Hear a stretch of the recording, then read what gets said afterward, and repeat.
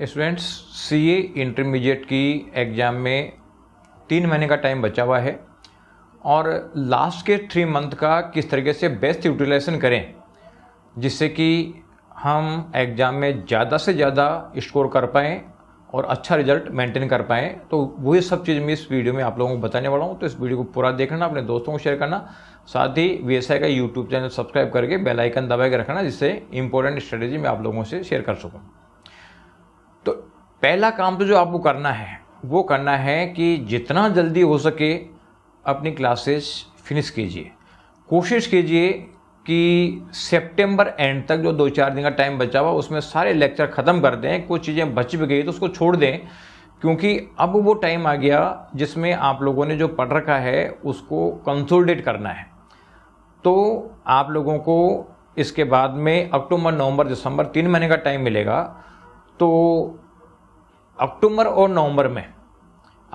नवंबर तक आप 2 बार रिवीजन करने का प्लान बना लें और जो दिसंबर है उसमें फाइनल रिवीजन का प्लान बनाएं। तो कुल मिला के 3 रिवीजन तो आज की डेट के बाद में कम से कम आप लोगों के होने चाहिए, जिससे कि हर रिवीजन में आपका जहां भी पढ़ रहे हो वहां पे आपका डाउट सोल्यूशन हो जाए, प्रॉब्लम सोल्यूशन हो जाए, जिससे कि सब चीज़ें आप लोगों की क्लियर होकर कॉन्फिडेंस के साथ आप एग्जाम में जा सको। दूसरी एक इश्यू आता है बच्चों का, साहब एक ग्रुप देख दोनों ग्रुप दें। तो देखो, आप लोगों ने अगर प्रिपरेशन दोनों ग्रुप की कर रखी है तो बेटर है कि आप दोनों ग्रुप पे जाएं, क्योंकि दोनों ग्रुप के लिए आप लोग अगर रिवीजन करोगे तो 3 बार रिवीजन होने की पोजीशन आ जाएगी और आप लोग जो है पूरा ढंग से कंसोलिडेट कर पाओगे। लेकिन अगर आप लोगों ने एक ग्रुप की ही प्रिपरेशन कर रखी है तो कोई बात नहीं, एक ग्रुप को आप कंसोलिडेट करो। लेकिन ये जो टाइम है अब नया पढ़ने के बजाय जो पढ़ रखा है उसको कंसोलिडेट करने का है, इसलिए जैसे भी तैयारी कर रखी है उसी तरीके से आप प्रेफर करें। अगर बहुत ग्रुप की तैयारी कर रखी है तो किसी कहने पे ये नहीं कि साहब एक ग्रुप की तैयारी करो, दोनों ग्रुप की तैयारी कर रहे हो तो दोनों को ही कंसोलिडेट करो। अब जो बचा हुआ टाइम है उसमें रिवीजन का फॉर्मूला इस तरीके से रखना है कि पहले बार तो ढंग से प्रॉपरली आप इसको रीड करो एक बार, इसके बाद में 2 बार रिवाइज करो और वो रिवीजन होना चाहिए आपका क्वालिटी इंक्रीज करने के लिए। तो कुल मिला के एक बार आप सेल्फ स्टडी से पूरी सब चीज़ें रीड करो और उसके बाद आप लोग उसको समझने की कोशिश करो, अंडरस्टैंड करने की कोशिश करो और थर्ड टाइम जो है स्पीड इंक्रीज करने की कोशिश करो। यानी पहला रिवीजन में आप एक बार जो है रीड करके अंडरस्टैंडिंग डेवलप करो, दूसरी बार में प्रैक्टिस करके अपनी क्वालिटी बढ़ाओ और तीसरी बार में आप लोगों को स्पीड और कॉन्फिडेंस बढ़ाना है। यानी हर रिवीजन में आप लोगों को एक्टिव रिवीजन करना पड़ेगा।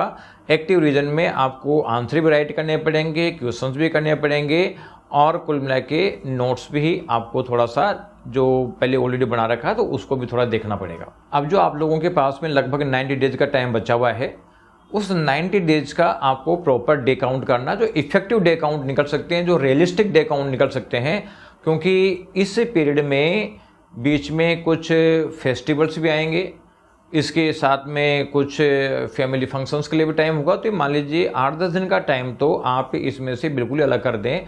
आप 80 डेज की प्लानिंग करें। तो जब आप 80 डेज की प्लानिंग करेंगे तो क्योंकि वो जो डेज जिसमें आप नहीं पढ़ पाओगे तो उसकी वजह से आप लोगों को नर्वसनेस नहीं होगी, क्योंकि आपका पहले से वो प्लान रहेगा। तो कुल मिला के ऐसा नहीं कि साहब जिस दिन पढ़ाई नहीं कर सकता हूँ उसका भी मैंने काउंट में ले लिया और बाद में स्टडी नहीं होती है तो नर्वसनेस होती है। तो इस चीज़ों को आपको अवॉइड करना पड़ेगा और जो बचा हुआ टाइम है उस टाइम को आपको अलोकेट करना पड़ेगा कि हम किस किस तरीके से किस किस सब्जेक्ट में कितना कितना टाइम अलोकेट कर सकते हैं। अभी जो आपने डे अलोकेट किया, इस डे अलोकेट करने के बाद में हर सब्जेक्ट का जो हिस्सा आ रहा है इसमें आपको चैप्टरों की प्रायोरिटाइज करना पड़ेगा।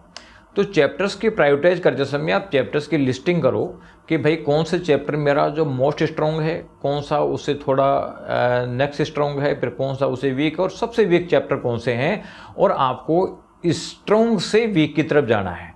क्योंकि जैसे जैसे स्ट्रॉन्ग चैप्टर आप तैयार करते जाओगे, रिवीजन करते जाओगे, वैसे वैसे आप लोगों का कॉन्फिडेंस डेवलप होता जाएगा। तो आप जो टाइम अलोकेट करें उसमें ये करें कि स्ट्रॉन्ग चैप्टर्स में थोड़ा कम टाइम अलोकेट करें, उसे थोड़ा कम स्ट्रॉन्ग उसमें थोड़ा ज़्यादा करें, और जो वीक चैप्टर है उसमें थोड़ा सा ज़्यादा टाइम आप जो है अलोकेट करें।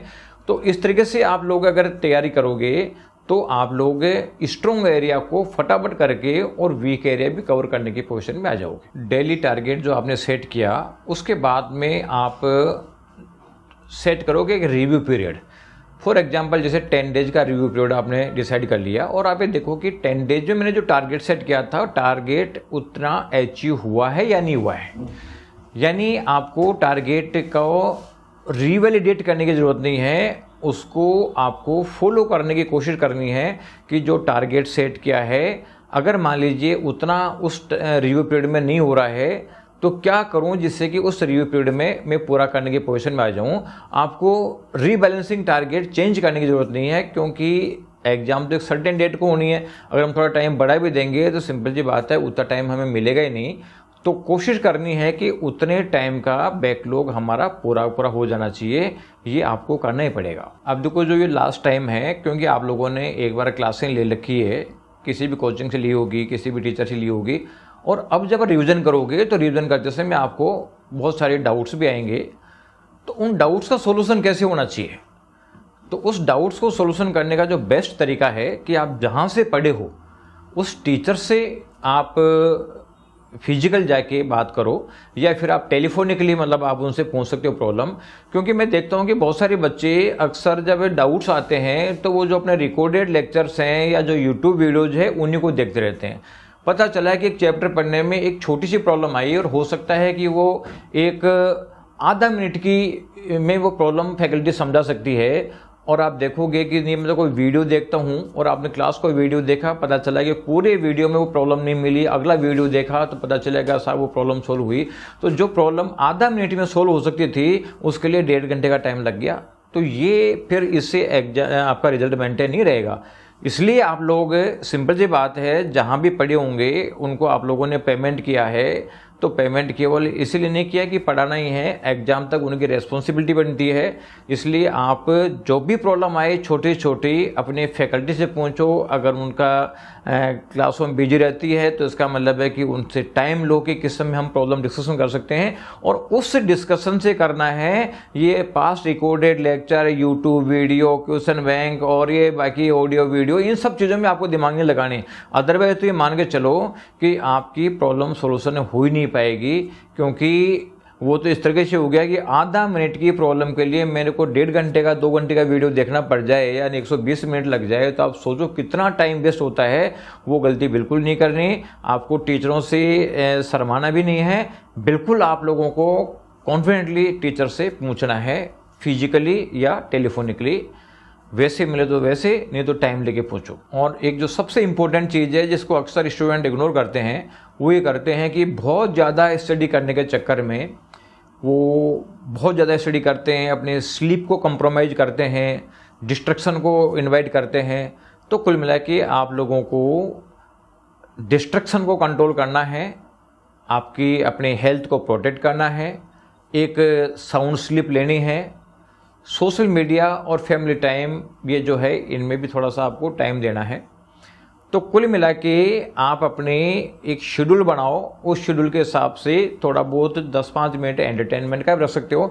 ऐसा नहीं कि साहब मैंने सोशल मीडिया वर्ड यूज़ किया कि चलो देखो तो सारे दिन लगे रहे हो, रीलें देख रहे हो, ठीक है, आपको रिलैक्स टाइम के लिए 10-5 मिनट का टाइम चाहिए, उतना ले सकते हो। लेकिन ऐसा नहीं कि साहब बहुत ज़्यादा टाइम आप लोगों ने लगा दिया। अपने फैमिली के साथ भी टाइम लगाओ, उनसे भी डिस्कशन करोगे तो थोड़ा सा आप लोगों का मोरल बूस्टअप होगा और आप मेंटली स्ट्रॉन्ग बन पाओगे। तो साउंड स्लीप लेनी है, फैमिली के साथ बैठना है, थोड़ा बहुत सोशल मीडिया यूज़ कर लेना 10-20 मिनट, और इस तरीके से आप लोग निश्चिंत होकर साउंड स्लीप के साथ माइंड फ्रेश करके और स्टडी करो, कंसिस्टेंसी मेंटेन रखो, तो आप अपना टारगेट इजीली अचीव करने के पोजीशन में आ जाओगे।